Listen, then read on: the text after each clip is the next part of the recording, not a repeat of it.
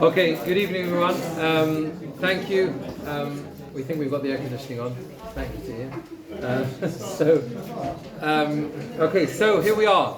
Parshas Emor. You should have, hopefully the sheets are around, if anyone wants to follow inside. So we've entitled this year, The Power of Meaningful Education. And you'll see, hopefully, how that's relevant and at the heart, I think, of this Parsha. The search for what it means to provide meaningful education is obviously ongoing and is something which changes in every generation. The challenge is making it not just inspirational but meaningful. And what does education itself mean? How do we educate, particularly in terms of the next generation? How do we educate ourselves? And what we see, you see, at the beginning of this parsha, the very first Rashi, which is on the very top, the first page, the Rashi tells us, Emor el HaKohanim. So the verse it says, that Hashem says to Moshe, Emor el HaKohanim, say to the Kohanim b'nei Aaron, v'amarto aleihem, and say to them, l'nefesh lo yitamov v'amov. You're not allowed to become tamei, you're not allowed to become ritually impure. And of all of Vayikra, although Vayikra is called Torah Kohanim, Torah of the Kohanim, the law that applies to the Kohanim, because so much of Vayikra applies to the Kohanim, Emor, more than any other parsha, is directed to the particular restrictions and responsibilities that devolve upon the Kohanim. And that's how the parsha begins, Emor la Kohanim. And Rashi tells us, Emor v'omarta, very short Rashi, Emor v'omarta. What does it mean? There's two words, Emor, you shall say, v'omarta, and again, and you shall say, lahase gedolim ala katanim, to instruct them, to tell the adults that they have to instruct the children to keep to these rules. Now, this is based on a Gemara in Yevamos. It tells us that there's a particular instruction here to tell that the children also have to be careful about these rules. There's a lot of discussion as to what exactly that means. You know, we educate children to keep as many mitzvot as they're able to do. That's part of the requirements of chinuch. That's what it means. So why is it particularly here that this injunction is expressed in this way, that adults are responsible for children? Rabbeinu Bachya, died in 1340, Zaragoza in Spain. He tells us like this. This is the second source. He says, the first line and a half quotes the same as Rashi. Start after that. This warning is to tell us not to assist the ritual impurity of children directly. In other words, not to make them impure, as Kohanim are not allowed to become tamei, ritually impure, to ensure that children are careful about that as well. They don't directly cause it. And he says, there are a number of different places that the Torah tells us, instructs us about this. For example, with the laws regarding blood, dam, shratzim, v'tumah, forbidden ritual impurity that applies to certain types of creepy crawlies, etc. And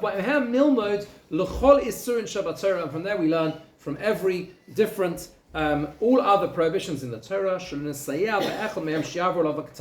that we should always never facilitate transgression on the behalf of children. But if they do it themselves, we are not commanded to separate them from it if they go about it of their own accord because they're children. And there's a lot of discussion about that, exactly how those rules work in a halachic sense, about what requirement there is to ensure that children don't do something that adults are not allowed to do, and there's children as well, they shouldn't be doing so. Okay, so that is the basic state of play. That is clearly something which makes we can understand, that we train children from a young age. But I think that there must be perhaps something about this first Rashi which sets a tone for this parsha. And I'd like to share with you what I think this is, and how we can take from here a critical message about what it means to have an entitlement to something, yet develop one's own sense of personal responsibility. Okay? And I'm going to take you through that and base it around initially at least a Kli Yakar. The Kli Yakar, as we've quoted many times, was the Rav of Prague. He died in 1619. And he says the following thing, source 3. And you'll see where I'm getting at with this Kli Yakar. He says that, and let me just sort of paraphrase initially what his central question is. There is a fundamental paradox, or at least a question, that arises when it comes to the Kohanim. Because the Kohanim themselves are born into their position, right? They are the definition of people who are born into something. They didn't choose to be Kohanim. That's how it is. They're born into that particular tribe. So the question is, what responsibility do they have themselves beyond the fact that they just happen to be born? You might call it an accident of birth. And he says that in this very first verse of the parsha, we derive a vital lesson. He's got an initial interpretation, which I'm not going to give you. I'll share with you the second explanation. He says, Dova Acher, another explanation, Hefech Zeh Mamish, is the exact opposite.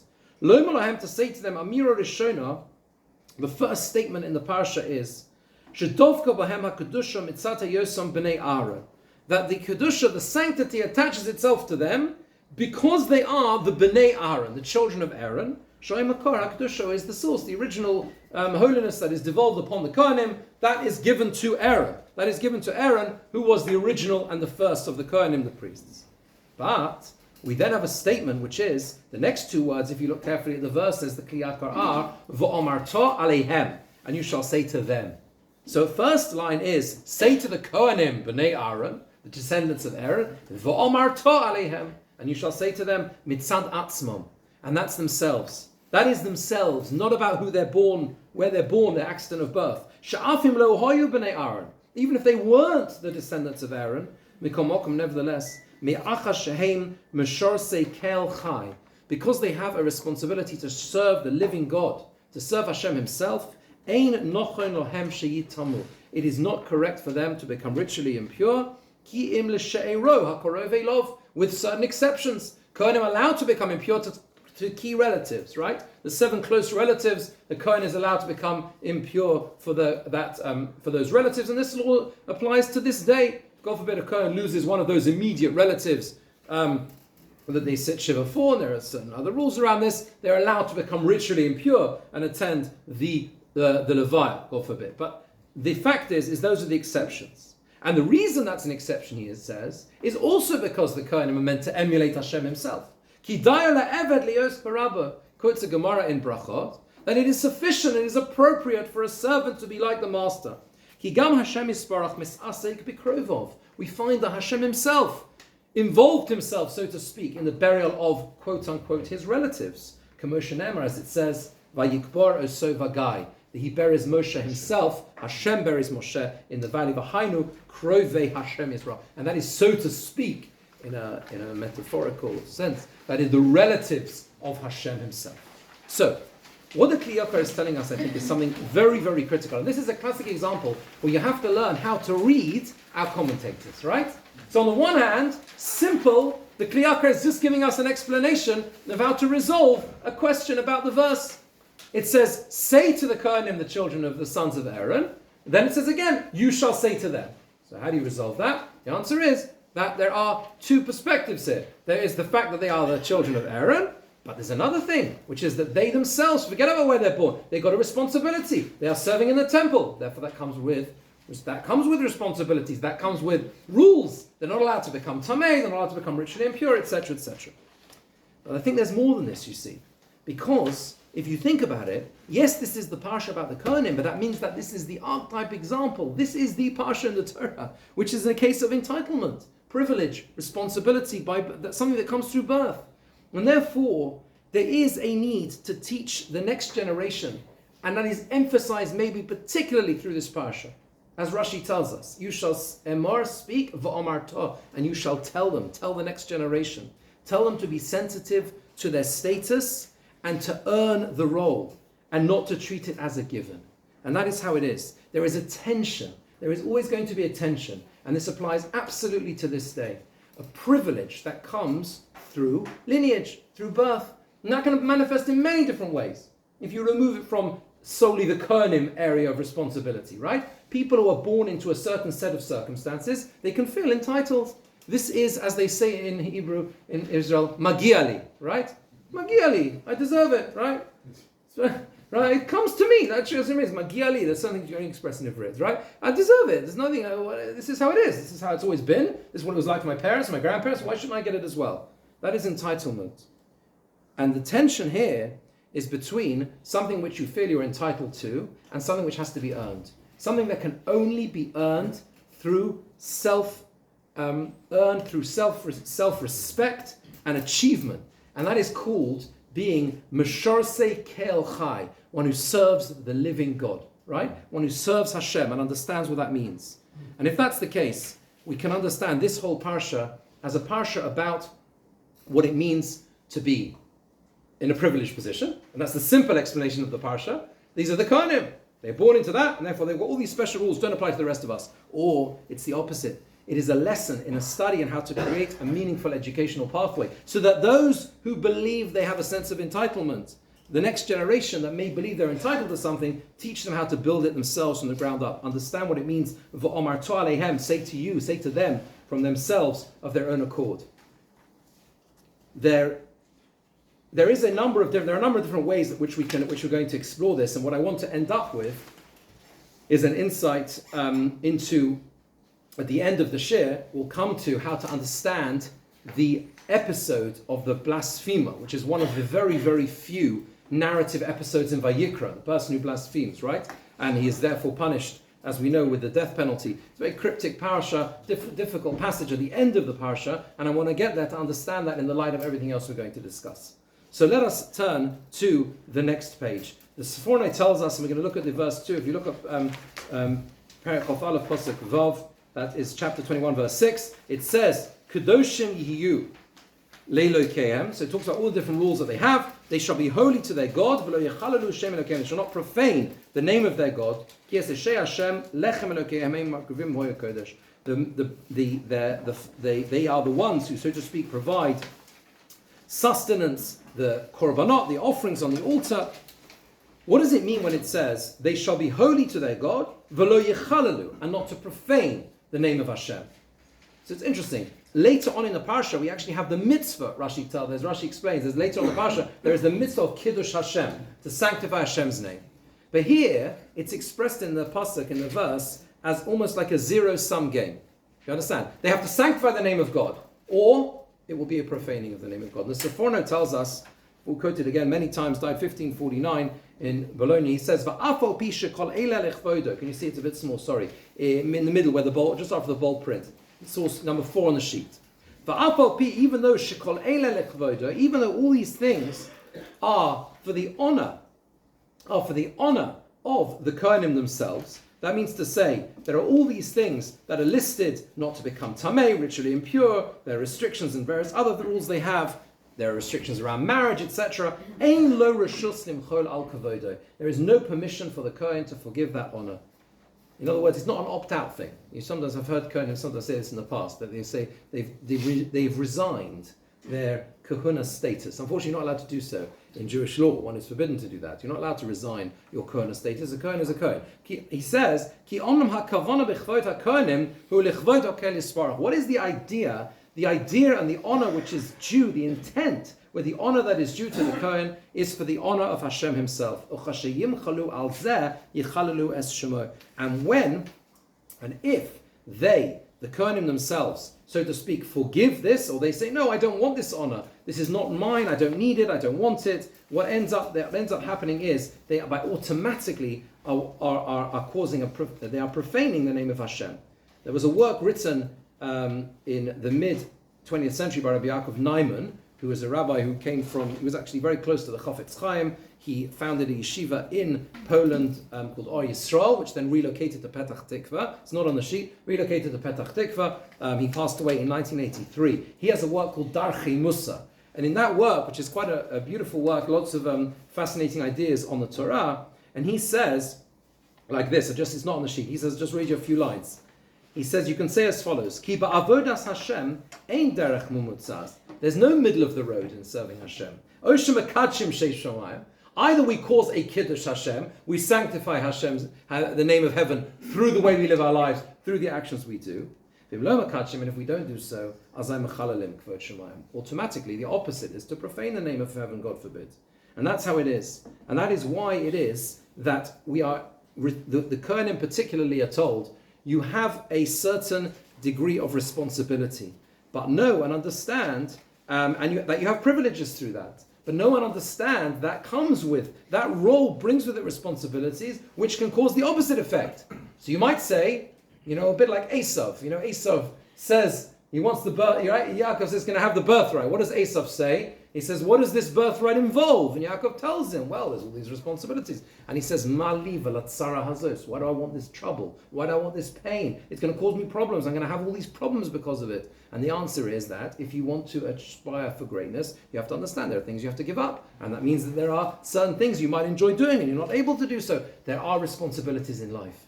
And that is how it is. And therefore the message that's given to the Kohanim is that only through understanding their own potential for greatness, understanding that through seizing the ability, the chance to make a difference, to sanctify the name of heaven, that is how they will achieve what they're meant to achieve.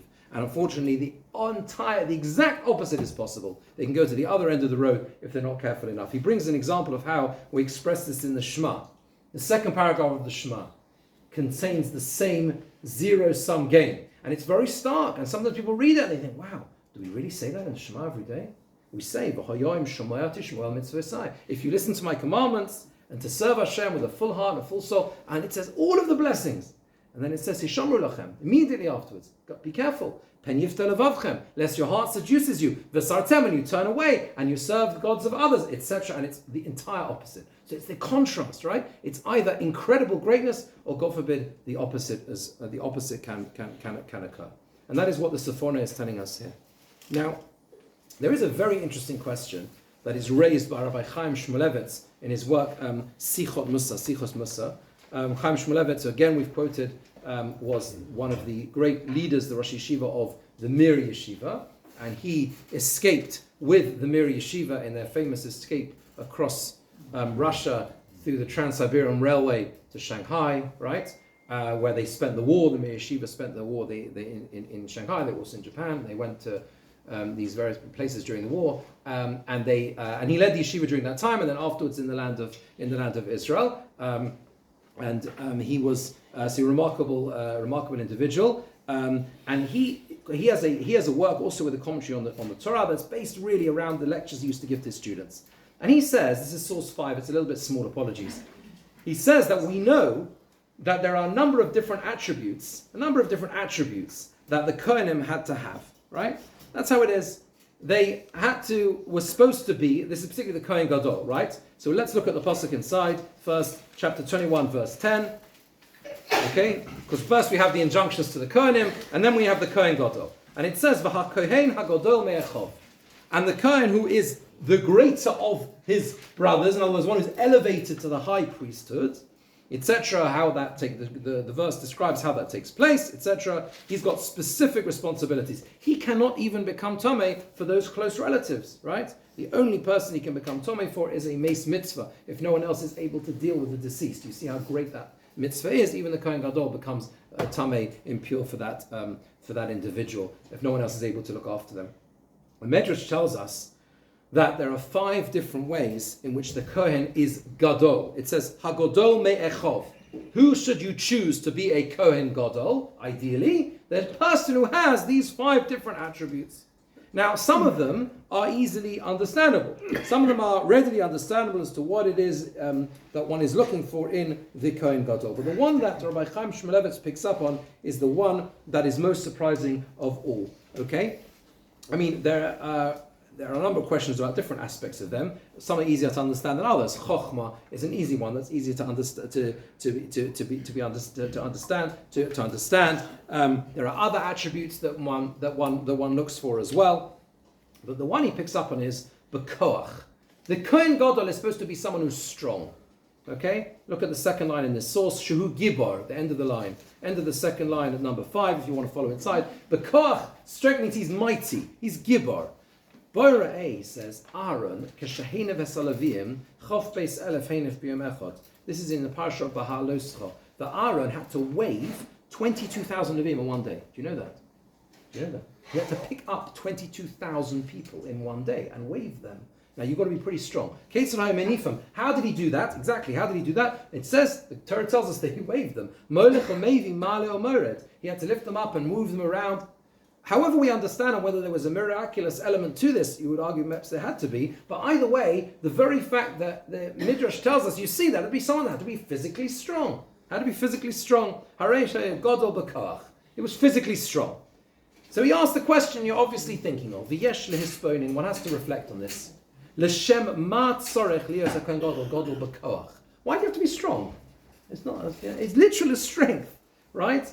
Dahainu bal koach gufani. He says, don't pretend that it is like a. Don't pretend that it is a metaphor. No. He had to be physically strong, literal strength. Rabbi. Yeah. What was he doing waving them? That was part of the inauguration ritual. Why that was inauguration ritual? Remind me when we get to Baal Oscha, and we'll try and understand why, right? Parsha Baal Oscha. We do other forms of waving, right? Sukkahs. Yeah. Right? Same thing, we wave, right? So we do find the concept, conceptually, and not only that, there were certain offerings that had to be waved when they were brought. So, always when you find a puzzling element in the Torah, it's a good point, right? The first point of call is, where else do I find this? Let's see the common denominator, right? So you see it apply. I see it at Sukkot, I see it with the offerings, and I see it with the Levium. So let's see if there's a link between all of them. But it's not set out in this week's parsha, so you'll have to try and remind me to deal with it maybe when we get there. But either way, that's what he had to do, right? Now, that was the inauguration, how they were inaugurated into the role. Now, one of the ways. And he says, although it's clear that it means physical strength. He brings a Rambam who seems to dispute that it's physical strength, but others clearly understand that this is indeed the case. And he brings an interesting proof that there is something significant about strength, because there's a very, very famous verse, pasuk in Yirmiyahu, in Jeremiah, which says, Al Yishalel hagibor b'gvurosoi. Which haftarah is that? Al Yishalel hagibor b'gvurosoi. Do not let the mighty one praise themselves in the strength. I think this, if I'm not mistaken, I think it's the haftarah of Tisha B'Av. Yeah, Tisha B'Av morning. Yeah. So do not be mighty. Yeah, there you go. All right. Yeah, Tisha B'Av morning. Right. Do not let the mighty person not praise themselves with their strength. He says, if there was nothing in strength, right? So what is it? What are we being told? Don't praise yourself in strength. There must be something about it. And he says, you therefore have to understand what is going. He says you find the same attribute that occurs with a prophet as well. The Nevi'im also had to have strength, physical strength. So what he does is the following. He he refers us to the fact that if you look carefully, you will see that there is a major emphasis in the book of Mishlei on a person who is lazy. Shlomo HaMelech, I brought the sequence of psukim here in English and Hebrew in the next source. Shlomo HaMelech, King Solomon, the book of Mishlei in Proverbs, he tells us a number of times to be careful about being lazy. Yeah, and there's such moving, amazing insights. He says, Lech el nemola otzel, go to the ant, you lazy one. Re'ed rachel v'chacham. See the ways of the ant, and you become wise. Asher ein la katzin shoter moshel. The ant has no guide, overseer, or ruler. You ever seen an ant colony? You go to different parts of the world, and some zoos have it as well. It's mesmerizing to watch ants. It's unbelievable, right? The things these ants do, the loads they carry, multiple times their own body weight, right? Provides her bread in the summer and gathers her food in the harvest. How long will you sleep, O lazy one? When will you arise? The person says, a bit of sleep, a bit of slumber, okay, a bit more sleep, that's all I need. And then, etc., etc., so your poverty shall come like a marauder and your want like an armed man. That's one source in Mishlei. In other words, the person can miss the boat. They're so busy being lazy, they don't realize that things can go badly wrong. And another example, he says, I'll stay later on in Mishlei, I'll stay ish otzel ovarti. He says, I passed by the field of a lazy person, Va'al kerem adam chasalev, the vineyard of a man void of understanding. And he says, I saw that it was full of thorns and nettles, because the person wasn't looking after it. And then he says, I considered it well, I looked upon it, etc. And exactly the same words. A bit of sleep, a bit of slumber, poverty comes very quickly, right? So Shlomo HaMelech obviously wants to impart something important here, something critical here. And the idea is that what is the and again I'm going to paraphrase. You don't have all of it on the sheet, but paraphrase how Rabbi Chaim Shmulevitz understands this. He says that what is the message here about this person who has this field that he doesn't look after? He says that Shlomo HaMelech says, I have gone past this field myself. I haven't relied on what other people have told me. I've looked at it with my own eyes to see the state of this field being left to ruin, right? And after that, I have placed my heart to understand it, to reflect on it, to think about what the situation is. But the critical thing is Ra'isi lokachti musar. From all of this, Shlomo HaMelech says, I have seen this and I've taken a musar, which means ethical instruction. I've tried to learn a lesson from it. And the message, he says, is that it is easy for a person to fall into that trap of simply not understanding that life can pass them by. Life can pass them by. A person is always obligated to say, is there a bit more I can do? Is there a bit more I can do? Because the message of the ant doesn't live for that long. But what the ant does is every moment the ant is alive, the ant is looking to build, is looking to do more, is looking to carry more of its weight than it is physically capable of. And that is what a person needs to do. That's how the person needs to live their life. So says Rabbi Chaim Shmulevitz, and this little bit is on the next, it's on the next page, on the sheet, I think. Yeah, top of the page, right? With this he says we can understand what is the essence of Gibor, this character trait of being mighty.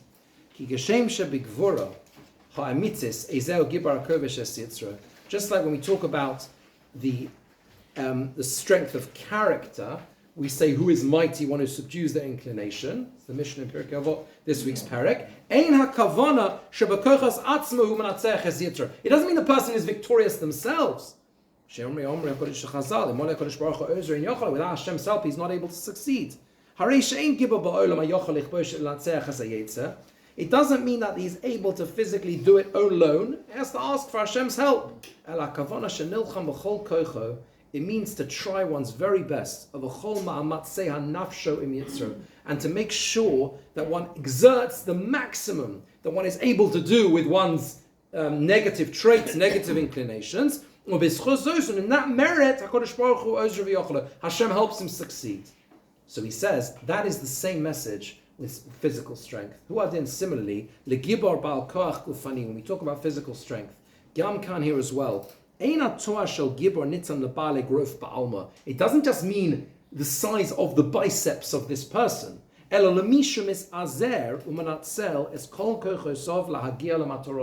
It means someone who is resolutely focused on achieving the goal, on achieving what their aim is. And a person who is strong is the opposite of the person who is lazy, who allows themselves to fall to ruin. That is what Shlomo HaMelech says. He passes by the field, and the person who is lazy, and it's obviously a metaphor, person passes by the field, although he could have been observing, seems from the Mishnah, he was actually observing a field that had transpired. He was learning the lesson from it, right? He sees that the thing has fallen to ruin. And because the thing has fallen to ruin, he learns a lesson from it. A gibor is the opposite of Atzel. A lazy person lets things fall by the wayside. A gibor is one who is mighty. The strength they have is in that ability, I've underlined it, to be manatzel as kol kochosov lahagila to matarosoi, to save, to protect all one's energies in order to achieve the aim. And with this, we can understand why it is that it is the Kohen Hagodol Me'echov, why one of the key traits that was supposed to be looked for in a Kohen Gadol was strength. A high priest was strength. Why? Because the message is, don't rely on the fact that you were born into this privilege. Make sure that you are never ever lazy. Make sure that you never say, you sit on your laurels and say, it's okay, right? It's okay, I've received this. This is mine by right. The worst possible thing is for the high priesthood, which represents the highest, the pinnacle of the Kohanim, for a person who is the Gadol Me'echov, the greatest person to be in that position, and to say, it's my entitled privilege. On the contrary, that person, Kohen Gadol, has to be a giver, has to be someone who is able to be strong enough to understand that they have to use all of their strength and energies to reach and achieve their goal. That is how it is. So is Reb Chaim suggesting that the Kohen Gadol, one of the attributes, needs to be physical strength and strength of will? No, I think he's explaining why it was that the person had to be physically strong, as well as strength of will, maybe, but that's not the key point. It's a subtle idea, but that's why I think it was a message. It was a message to the people. This is how they have to live their lives, right? It was a physical strength. That's how you understand it. So if it's physical strength, you find in other places implies that it was. the will. No, but again, not necessarily. You find other places as well. You know, when Yaakov rolls the stone off the well, right? The Rashi tells us there, "Melamed shekocho godol." He was very strong. Moshe Rabbeinu the same. Yeah. So what is? So there is a message here in that strength. That's the idea. We know the Shvatim of that. Yeah. There are other examples of that as well. So there are lessons that we learn from that. Now, what I want to do with this is, now that we've understood this key imperative that the Torah is trying to tell us here, and there are other examples, I'm sure, as well, about how the person has to earn it themselves. Let us look towards the end of the parsha with this cryptic episode of the blasphemer. So 24, right? Chof Gimel Pasuk Yud. There's always much more to talk about, but obviously we have the time that we have. So I just want to go through very briefly the story. Remember, there's very little narrative in Vayikra, as in very little. Right? The stories are very limited. You have the story of Aaron's two sons, right, who tragically perished. There's very little narrative of the story itself that occurs in Vayikra. But this is one of those brief passages. Vayetze ben Isha Yisraelis. Yeah, chapter 24, verse 10. And an Isha Yisraelis, Vayetze ben Isha Yisraelis. Sorry, a man who was the son of a Jewish woman, who ben Ish Mitzri, but his father was Egyptian. So his father was Egyptian, but his mother was Jewish. Right? Basoch b'nei Yisrael. He went out amongst the children of Israel. Vayinotzu b'machaneh b'nei Yisraelis v'isha Yisraeli. Right? And they went, and there was a fighting. There was a fight that took place between this man who was born of a Jewish mother and another regular Jewish man. Vayikov ben Osho Yisraelis as Hashem, and he took the name. Literally means to pierce, because he explicitly stated the name of Hashem. Vayikalel, and he cursed. Vayovius al Moshe, they brought him to Moshe. V'shem Emor, the name of his mother was Shlomit bas Divri lematei Don. The name of his mother was Shlomit bas Divri lematei Don. That was her name, the mother. And they put him in the Mishmar ve'anichu b'Mishmar lefresh lehem al pi Hashem. They put him in the place. They locked him up effectively to work out what to do al pi Hashem, by the mouth of Hashem. And the conclusion is, it says they were told, Hotseas HaMakalel, the blasphemer, the one who cursed, has to be taken outside the camp. And they placed their hands upon him, and they stoned him, and he died. And that is the story. And the question exactly is, as Rabbeinu Bachai tells us, and he says it very powerfully. Let's look at his question. It's in source number 8. Va'ani shoel v'kan, he says, I ask you the following question. Loma hutzrecha Torah b'sipra ma'aseh hazeh she'er lehem b'midbar. Why does the Torah need to tell us this story that occurred in the desert? V'yoroi lahasti ha'inyan. It would have been better to conceal the matter, lichavod Hashem, for the honor of Hashem, v'lo legaloso klal, and not to reveal it at all. Yes, of course we have to know the conclusion which the Torah gives here, which is how serious it is for a person to curse in this way, or forbid to curse God in this way. We know how awful it is. The Torah has to tell us it's forbidden, and what the penalty is. Even though this is something which is part of the 7 Noahide laws, applies to all of humanity. How much more so Yisrael, the Jewish people. So therefore, he says, I understand the importance of being told what had happened. In other words, the result, which is, don't do this, it's a terrible thing. But what was the purpose of telling us the story? Surely it's a tragic humiliation to know that there was a Jew who behaved in this way, who cursed someone in this way. And why is it that the Torah needs to spell this out? You could ask this question on other parts of the passages as well, but it's very interesting that he asked the question here. Okay, so we will see what his answer is in a moment. So the let me just find the piece I wanted to show you first. All right. I mean, there's a whole discussion amongst the sages exactly what the identity of this individual was.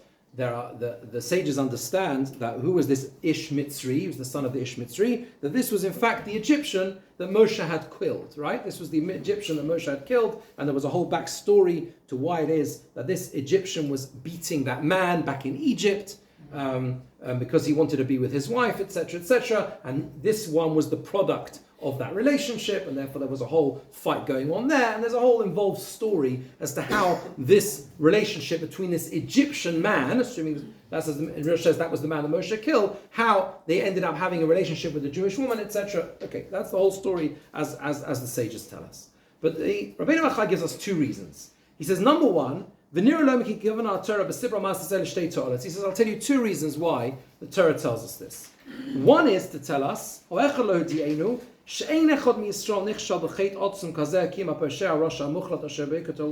to read all of it. He says that it must be to kind of demonstrate that no one else would have done such a thing. And it was only this particular individual who came from very negative circumstances, a very negative background, etc., etc. Only this person would stumble into a sin as great as this. That's his first explanation.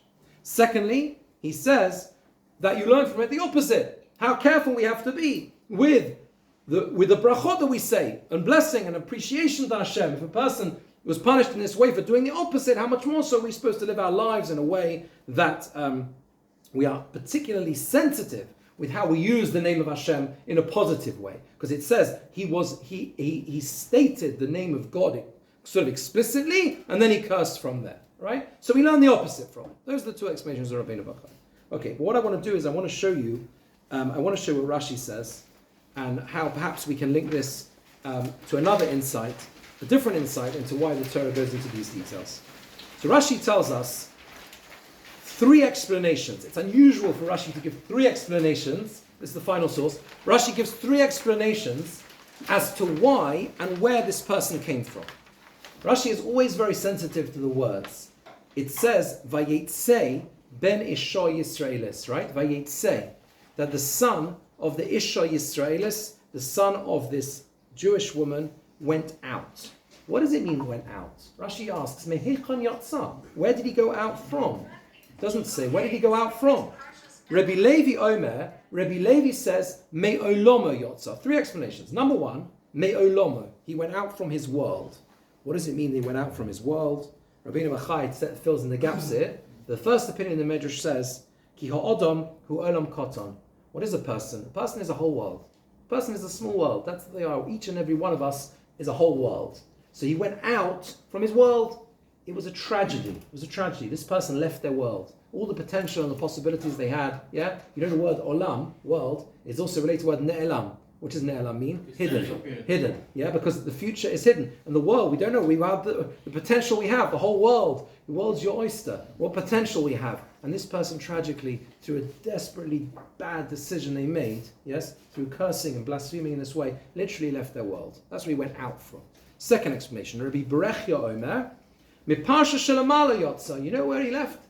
He went out from the previous parsha. The previous parsha in the Torah is talking about the lechem haponim, the showbread. The showbread had to be brought weekly. The bread was put on the shulchan, right, on the table inside the Mishkan, and weekly it was changed, and at the end of the week it was given and it was consumed by the Kohanim. And it says, Ligleg va'omar, he scoffed, and he looked at that parsha and said, B'yom HaShabbos ya'archenu, they should arrange the bread every Shabbos. That's when they change the bread. Derech HaMelech lecho paschama b'chol yom. Doesn't the king eat, he said, fresh bread, warm bread every day? Shema pasu nenes shel tisha yomim mitmeh. Does he eat? Does the king eat cold bread like 9 days old after it's been on the table the whole week? That's when it's present. That's when the king eats the bread, so to speak. That's when it's bought, it's used, etc. And therefore he left his status by sort of laughing and scoffing at the Torah's mitzvah. Third explanation. Umas Nisa Amra, Brisa tells us, which is Mishnaic era material, Mebeis Dino Shel Moshe Yotza. He went out from the Beis Din, the court of Moshe Mechuyev, and he was found guilty. What happened? He came to put his tent in the tribe of Dan. They said to him, what are you doing here? He said to them, Mibnei Dan ani, I'm part of the tribe of Dan. We know that because it says, right? It says his mother was called Shlomis Bas Divri Lemate Dan. He came from the tribe of Dan. So legitimately, he approached the tribe of Dan. He says, can I please pitch my tent with you? And what did they say? They said to him, Ish al diglo, v'osos leves avosom. Beit avotam. What does it say? Father's house. Yeah, your father's house. So they said to him, you go and find your father, and you can put your tent where the rest of you are where your father lives. His father was Egyptian, right? Okay? And that's it. Nichnas lebeis dina shel Moshe. So he went and complained. He came to the court of Moshe and he said, look how they're treating me. Look how they're treating me. They're not allowing me to put my tent together with them. and he left guilty. Omad v'gidef, and that led him to blaspheme. Okay? Now, we're not going into, especially not in the few minutes we have, into what was the rights and the wrongs, and how could the tribe of Dan act in this way. We're not going into that. I just want to look at this from a very broad perspective. I think we can suggest that all three reasons that are presented in the Midrash have the same root cause, the same issue at heart. What is really going on here? A person has to be able, wherever their circumstances are, wherever they've come from in life, however difficult their origins are, to have a sense of self-belief, self-worth, an ability to understand that it is about earning their role and position in life and not about where they are born into. And you see, think about it like this. Think about all three explanations. The first explanation is that the person left his own world, right? He left his own world. He left the potential he could have had. What should he have done? What should this person have done? He should have remembered that a person is obligated to always say, Bishvili nivra ha'olam, that for me the world was created. Not in a way of haughtiness or pride, but in the potential I've got. Why is it? Why are you sacrificing your world for nothing, for nourishkeit, for a fight with another person? Well, it's not worth it. So many things we get involved in are just not worth it. So that's why he left his own world. If he had the self-respect and self-esteem to be able to say, I'm better than this, he would never have left his world. The second one is, remember that lesson of the ant. A person has to have the gvura, the strength, to believe that they are able to reach lama'ala min hateva, above the natural order. The ant carries many, many times its own body weight, because the ant doesn't stop and say, I can't do this is impossible, right? That's what we learn gvura, strength from. That's what it means. Aaron waving all of those thousands of people. Had this person understood that, he would never have laughed at the bread on the showbread on the table in the Mishkan. What are you worried about? That the bread's not going to be fresh enough in the Mishkan? We're talking about the tabernacle here. Things happen. Amazing things happen. Miracles happen. Don't worry. It's going to be okay. But not to have the self-belief means you look at it and you scoff. I can't see this within my small world, therefore it can't be possible. And finally, the final explanation as well. What was the essential issue? He comes and he complains to Moshe and says, look at the way they're treating me. I can't even put my tent, I can't pitch my tent in their thing because my father wasn't Jewish. That's what he says. Yes, you understand, he had a completely legitimate complaint, it would seem, right? Completely reasonable. But why go off and therefore go off the rails as a result? A person, he should have realized that it wasn't his yichus which defined him. It was the difference he could make himself. And it wasn't the fact that he was born into less than favorable circumstances. And yes, he was being challenged. And yes, other people were oppressing him. And all of these understandable and legitimate circumstances surrounding him. But he lost because he allowed that to define him. So when Moshe finds him not in his favor, what happens? He goes off the rails. He gets up and blasphemes. And therefore, what I think we perhaps have here, if you think about it in this way, is we have these two opposing paths of the parsha. That this is then the exact opposite. It fits beautifully with the message and the theme of the parsha as a whole. This is the parsha of the Kohanim. It is the parsha of the people who are really, if you think about it, the most privileged background of all, most entitled people. And they say, look, I sit on the pedestal. Everyone asks us to provide for us. All of the tithes and everything else that comes to us so that we can fulfill our role. And yet, the message the Torah gives the whole way along is, V'omartu aleihem, say to them, earn it. Earn this yourself. Don't rely on the fact that you were born into that position. And at the end of the parsha, we see the exact opposite. We see a story, a tragic story, a tragedy, a huge tragedy of an individual who was unable to see the potential he had within himself. Even though he was born into the exact opposite circumstances of the Kohanim, right? The exact opposite of privilege. That was the moment when this person could have said, I'm going to be bigger than this. I'm going to be better than this. I'm not going to allow it to define me. But he wasn't able to do so. And because of that, we see the collapse and the tragedy that occurs at the end. So I think when we think about what it means to allow or to define ourselves, we sometimes, I think, flip between the two in life. Sometimes we feel, like I said before, we say, I deserve this through my circumstances, through my background, through my accident of birth, whatever. When the Torah's injunction to us is, never think that way. Never think you're entitled. Just think how you can earn something. And when you can live that way and you can earn something yourself through one's own actions, that is how we all become true giborim. We become a true gibor, a person who has the strength to be able to say, let me make a difference. Let's finish with that line, that powerful line that we quoted from Rabbi Chaim Shmulevitz. He says that this is the definition of a gibor, someone who is mitazer, girds themselves, and saves all of one's energy to arrive at one's aim.